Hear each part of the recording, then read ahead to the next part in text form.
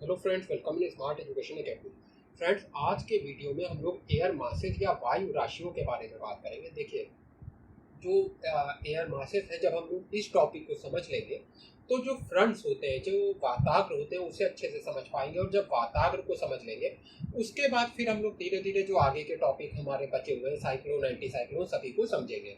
देखिए, air masses की बात करूं उससे पहले मैं आपको बताना चाहूँगा कि मैं एक टेस्ट सीरीज चलाता हूँ, जो कि पेड कोर्स है, जिसकी फीस है 400 रुपी पर मंथ। तो अगर आप इसको ज्वाइन करना चाहते हैं तो मैं इस वीडियो के डिस्क्रिप्शन में अपने टेलीग्राम का लिंक दे रहा हूँ। वहाँ पे आप मुझसे बात कर सकते हैं, कोर्स की जानकारी ले सकते हैं और ज्वाइन कर सकते हैं। देखिए, ये जो मैं आपको वीडियो पढ़ा रहा हूँ इसका पीडीएफ भी आपको टेलीग्राम में मिल जाएगा।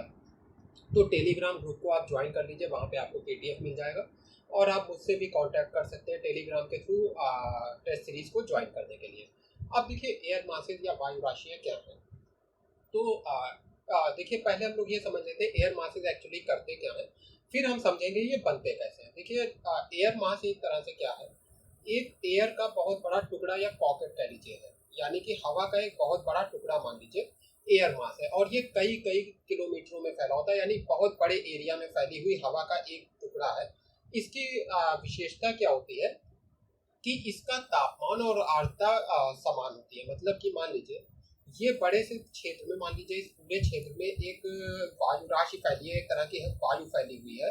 और ये पूरी की जो पूरी वायु है, इसका तापमान और आर्द्रता हर जगह पे, इस पूरे क्षेत्र में ये जो वायु फैली है, इसका तापमान और आर्द्रता पूरे क्षेत्र में लगभग लगभग समान है। यानी कि इसकी तापमान और आर्द्रता में समानता होती है। ये वायु राशि अच्छा करती क्या है, देखिए। इस वायु राशि से एक तो देखिए ट्रांसफर ऑफ हीट होता है, यानी कि जो ऊष्मा है, जो पृथ्वी के ऊपर तापमान है, उसको एक जगह से एयर मास से दूसरी जगह अपने साथ लेके जाते हैं। मान लीजिए एक जगह पे गर्मी है बहुत ज्यादा, तो यहाँ पे जो एयर मास है वो इस गर्मी को अपने साथ लेके जाएगा दूसरी जगह पे जहाँ पे ठंड है।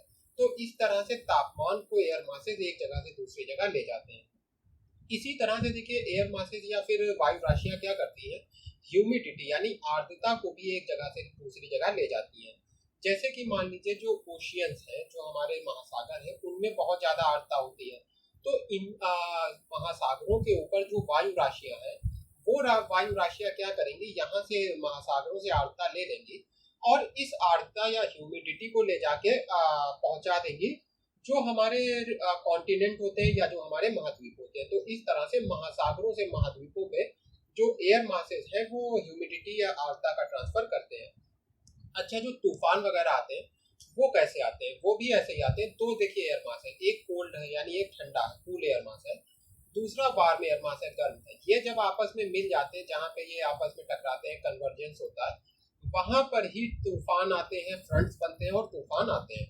तो जो फ्रंटल टाइप के जितने भी तूफान होते हैं, स्टॉर्म्स होते हैं, वो सब एयर मासेस की वजह से आते हैं। तो एयर मास की परिभाषा मैंने आपको ऑलरेडी बताई कि क्षैतिज तल में फैली हुई ऐसी वायु राशि जिसका तापमान और आर्द्रता लगभग हर जगह पे समान होती है, जितने भी एरिया में ये फैली है।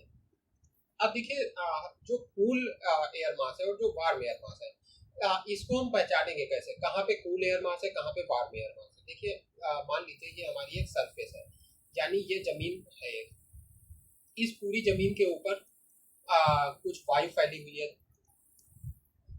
तो चलिए इसको हम लोग वायु मान लेते हैं, ये ऊपर वायु फैली हुई है। अब देखिए, अगर जो जमीन है, जो हमारी सरफेस है, यानी कि ये पार्ट, अगर इस पार्ट का टेम्परेचर ज्यादा है, यानी कि ये जो है वार्म है, और इस तो इसके ऊपर जो कह लीजिए ये एयर है, ये हम लोग कहेंगे कूल एयर मास। तो अगर फिर से मैं एक बार इसको बताऊं ज्यादा क्लियर करने के लिए, तो नीचे क्या है, सरफेस है, यानी कि पृथ्वी की सतह है। इसके ऊपर क्या है, वायु फैली हुई है। तो अगर धरातल या पृथ्वी की जो सतह है उसका तापमान ज्यादा है इस ऊपर वाली हवा से, यानी कि ये धरातल जो है गर्म है और ऊपर की हवा अपेक्षाकृत ठंडी है, तो इसे हम लोग कैसी हवा कहेंगे, शीतल वायु राशि कहेंगे, कूल एयर मास कहेंगे। अच्छा, एयर से एयर मास में क्या अंतर है, एयर मास बहुत ज्यादा बड़े एरिया में फैला हुआ है, यानी कि बहुत दूर तक फैला हुआ है। और पूरी दूरी में जहां तक ये फैला है, तापमान और आर्द्रता लगभग लगभग एक जैसी होती है। तो ये हो गया कूल एयर मास। अच्छा, वार्म एयर मास क्या होगा, ठीक इसका उल्टा। अगर जहां पर जो पृथ्वी की सतह है, जिस सतह के ऊपर ये हवा है, तो अगर ये पृथ्वी की सतह ठंडी है ऊपर की वायु से, यानी कि ऊपर की वायु अपेक्षाकृत रिलेटिवली गर्म है और नीचे वाली जो सरफेस है वो कूल है, तो ऊपर का जो एयर मास होगा उसको हम लोग कहेंगे वार्म एयर मास। तो हवा जिस धरातल के ऊपर है उस धरातल से अगर ठंडी है तो शीतल वायु राशि हो गई और गर्म है तो उष्ण वायु राशि हो गई। अब देखिए धरातल का अगर शीतलन हो जाए, यानी कि देखिए ये हमारी सरफेस है, ठीक है, ये मान लीजिए अभी बहुत ज़्यादा गर्म है, ऐसे मान के चलिए कि ये सरफेस अभी बहुत ज़्यादा वार्म है। तो ये वार्म सरफेस है तो इसके ऊपर कैसा एयर मास होगा? जाहिर सी बात है इसके ऊपर जो एयर मास होगा वो कूल होगा। वार्म सरफेस है और इसके ऊपर की हवा ठंडी है तो ये कूल एयर मास है इसके ऊपर। लेकिन अब क्या हो, रात में मान लीजिए जो हमारी अर्थ है, हम लोग जानते हैं हमारी रात में अर्थ जो है उसमें रेडिएशन होता है, यानी विकिरण होता है और वो तेजी से ठंडी होती है। तो मान लीजिए ये रात में जो वार्म सरफेस थी, गर्म जो पृथ्वी की सतह थी, ये ठंडी हो जाती है, कूल हो जाती है। तो ऐसे में क्या होगा, अब ये सतह तो हमारी पृथ्वी की जो अर्थ की जो सरफेस है वो तो ठंडी हो गई और ऊपर का जो एयर मास है वो इसके रिलेटिवली वार्म हो गया, यानी कि ये ऊपर वाला एयर मास गर्म दिखने लगा इसके रिलेटिवली नीचे की सतह के। क्यों ऐसा हो गया? क्योंकि नीचे की सतह रात में ठंडी हो गई, पृथ्वी रात में ठंडी होती है विकिरण या रेडिएशन की वजह से। तो इससे क्या होगा कि दिन में जो कूल एयर मास था वो रात में किस में ट्रांसफॉर्म हो गया, किस में चेंज हो गया? वार्म एयर मास में। ठीक इसका देखिए उल्टा भी होगा। कहीं पे मान लीजिए मान लीजिए कि ठंडा धरातल है कहीं पे, जैसे कि मान लीजिए कहीं पे जो हमारे कॉन्टिनेंट है, तो कॉन्टिनेंट मान लीजिए बहुत ठंडा है, किसी महाद्वीप का कोई हिस्सा है जो बहुत ज़्यादा ठंडा है, तो इसके ऊपर जो वायु राशि होगी वो कैसी होगी? गर्म वायु राशि होगी। यानी कि देखिए नीचे का हिस्सा यानी पृथ्वी का धरातल जब गर्म है ऊपर की वायु से, तो ऊपर की वायु को हम लोग कहेंगे कूल एयर मास। अब ये जो कूल एयर मास है यानी ये जो ठंडी वायु राशि है, मान लीजिए उड़ते हुए इस धरातल से और यहाँ पहुंचती आके समुद्र के ऊपर, यानी कि समुद्र के ऊपर ये आके पहुंच जाती है। अब समुद्र कैसा है? समुद्र अपेक्षाकृत कैसा है? ठंडा है। कॉन्टिनेंट कैसा था हमारा? गर्म था। लेकिन समुद्र क्या है? मान लीजिए ठीक इसी समय समुद्र हमारा ठंडा है, कूल है। तो जब ये एयर मास, जब ये वाला हमारा एयर मास ये शिफ्ट होके आ गया समुद्र के ऊपर, उड़ता हुआ समुद्र के ऊपर आ गया, तो अब ये समुद्र की अपेक्षा गर्म है, यानी कि समुद्र से इसकी गर्मी ज्यादा है। तो ये किसमें बदल गया? वार्म एयर मास में। यानी कि जो यहाँ पे कूल एयर मास था लैंड के ऊपर, सी के ऊपर पहुंच के ये वार्म एयर मास हो गया। अच्छा देखिए अब कुछ और बातें जान लेते हैं एयर मास के बारे में। देखिए जो शीतल वायु राशि होती है, कोल्ड एयर मास जो होगा, जो कूल एयर मास होगा, उसमें इनस्टेबिलिटी होती है, यानी कि कह लीजिए अस्थायित्व होता है। तो अस्थायित्व क्या होता है? रुद्धोष्म ताप परिवर्तन में हम लोग पढ़ चुके हैं। तो इसमें जो शीतल वायु राशि है उसमें आसानी से इनस्टेबिलिटी या अस्थायित्व आ जाता है, जिसकी वजह से संवहनी धाराएं बनने लगती हैं। तो जो कूल एयर मास है बस इतना ध्यान रखना है, उसमें संवहनी धाराएं आसानी से बनने लगती हैं। जबकि जो उष्ण वायु राशि है, वार्म एयर मास है, वो अपेक्षाकृत स्टेबल होता है। अच्छा एयर मास की दो विशेषताएं क्या है? एक तो इसका जो वर्टिकल डिस्ट्रीब्यूशन ऑफ टेम्परेचर या तापमान का ऊर्ध्वाधर वितरण, और दूसरी आर्द्रता यानी कि इसकी ह्यूमिडिटी। तो ये दो इसकी एयर मास की विशेषताएं होती हैं। अब देखिए वायु राशियों के उत्पत्ति क्षेत्र क्या है, यानी कि ये कैसे किसी जगह पे बन जाती है।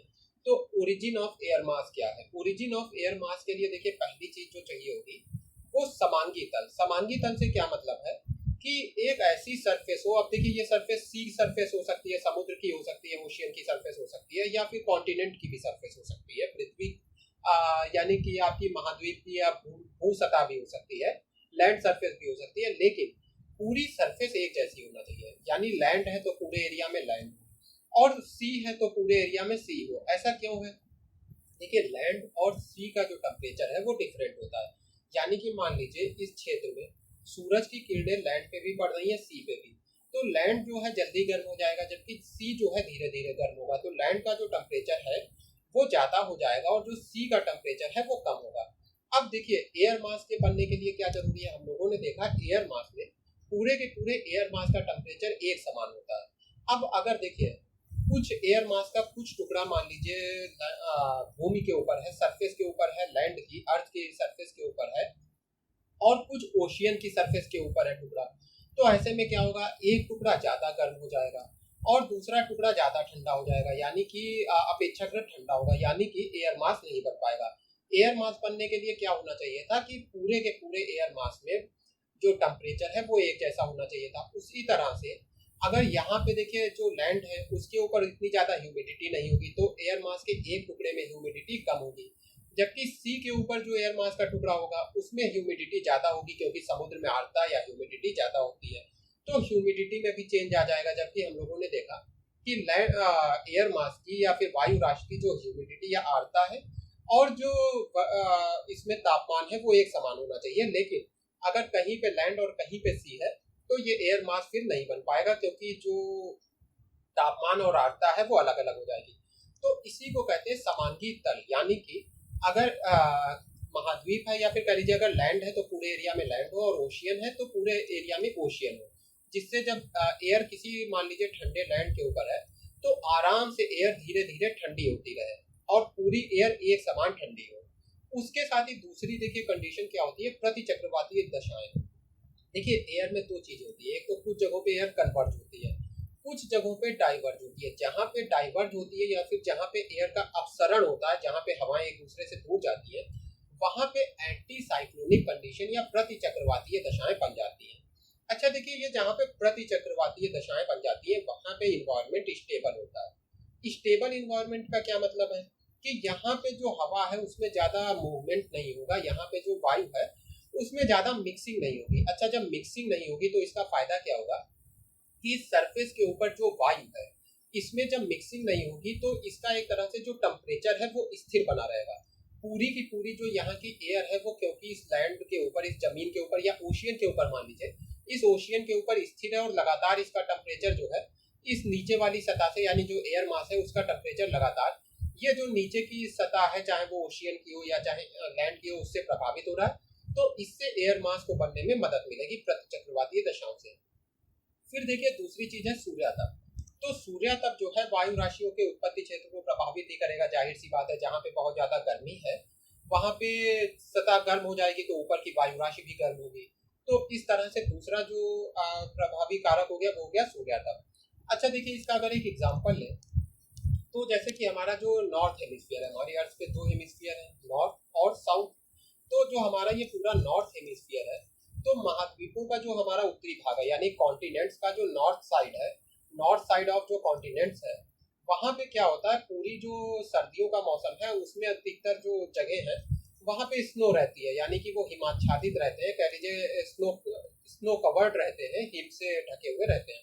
तो ऐसी जगहों पे क्या होगा, आसानी से वायु राशियां बन जाती है, क्योंकि पूरा का पूरा एरिया जो है ठंडा हो गया और पूरे के पूरे एरिया में बहुत ज्यादा कह लीजिए ठंडी है, पूरी की पूरी सरफेस बहुत ज्यादा कूल है।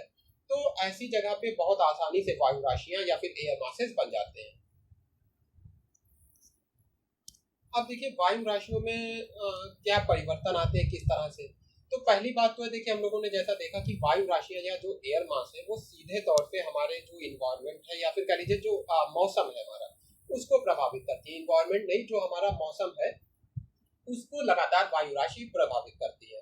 उत्पत्ति क्षेत्र से दूर हटने पे क्या होगा, देखिए मान लीजिए यहाँ पे एक एयर मास जब था, मान लेते हैं यहाँ पे एक एयर मास कूल था, बहुत ज्यादा ठंडा था, लेकिन जब ये इस जगह से हटेगा तो क्या होगा, धीरे धीरे इसके टेम्परेचर में चेंज आएगा, यानी कि एयर मास में चेंजेस आने लगेंगे। अच्छा वहीं पे देखिए एक बात और होती है कि जब एयर मास में वर्टिकल मोशन होता है, यानी कि एयर मास के अंदर ये पूरा जो एयर मास है इसमें जब एयर वर्टिकली ऊपर जाती है, 90 डिग्री पे ऊपर जाती है, तो इससे भी वायु राशि में परिवर्तन आता है या एयर मास का टेम्परेचर बदलता है। जाहिर सी बात है जब मिक्सिंग होगी एयर की तो इससे एयर मास में जो टेम्परेचर है उसमें चेंज आएगा ही। फिर देखिए धरातल के साथ इसका ताप संतुलन कैसे होता है, यानी कि जो सरफेस है, जिस सरफेस के ऊपर एयर मास है उसके साथ इसका ताप संतुलन कैसे होता है। देखिए मान लीजिए दो कंडीशन देख लीजिए। पहला मान लीजिए कि जो सरफेस है वो वार्म है, तो यहाँ पे मैं वार्म के लिए लिख देता हूँ, सरफेस जो है गर्म है, तो क्या होगा, ऊपर कैसा एयर मास होगा, कूल एयर मास होगा। अब हम लोगों ने देखिए क्या देखा था, कूल एयर मास कैसा होता है, इनस्टेबल, यानी कि अस्थायित्व होता है इसमें, यानी कि बहुत जल्दी इसमें एयर की मिक्सिंग चालू हो जाती है, बहुत जल्दी इसमें संवहनी धाराएं या कन्वेक्शनल करंट चलने लगते हैं। कूल एयर मास में कन्वेक्शनल करंट बन जाते हैं, जिसकी वजह से कह लीजिए इनस्टेबिलिटी होती है इसमें। तो जहाँ पे हम लोगों ने पहले भी डिस्कस किया है कि जिस जगह पे इनस्टेबिलिटी होगी वहाँ पे मिक्सिंग ज़्यादा तेजी से होगी, और जब एयर में मिक्सिंग ज़्यादा तेजी से होगी तो क्या होगा कि बहुत जल्दी ये कह लीजिए जो धरातल का टेम्परेचर है उसको अपने अंदर ग्रहण करने लगेगा, यानी कि ये बहुत तेजी से जो है पूरा का पूरा एयर मास नीचे का जो धरातल है इसका वार्म जो टेम्परेचर है इसको अपने अंदर एब्जॉर्ब करने लगेगा। वहीं पे आप देखिए दूसरी कंडीशन क्या है, नीचे कूल सरफेस है, ये ठंडी सरफेस है, और ऊपर क्या है, ऊपर जो तापमान है वो ज़्यादा है, यानी कि ऊपर कह लीजिए कि जो एयर मास है वो अपेक्षाकृत वार्म है, तो कूल सरफेस के ऊपर वार्म एयर मास है। हम लोगों ने देखा है कि वार्म एयर मास स्टेबल होते हैं, इनमें इतनी ज़्यादा मिक्सिंग नहीं होती है, तो इसीलिए क्या होगा, ये इतनी जल्दी जो नीचे का धरातल है इसकी जो ठंडक है, इसकी जो कूलनेस है उसको अपने अंदर एब्जॉर्ब नहीं करेंगे, जबकि यहीं पे अगर कूल एयर मास होता तो वो ज़्यादा जल्दी अपने धरातल के साथ कह लीजिए ज़्यादा जल्दी उसमें ताप संतुलन हो जाता, या कह लीजिए कि जल्दी ही ये टेम्परेचर में एक संतुलन बना लेता धरातल के साथ अगर कूल एयर मास होता। पर वार्म एयर मास है तो संतुलन बनाने में ज़्यादा समय लगेंगे, तो धरातल जो कूल एयर मास होता है वो 2 से 3 दिनों में धरातल के साथ ताप संतुलन बना लेता है।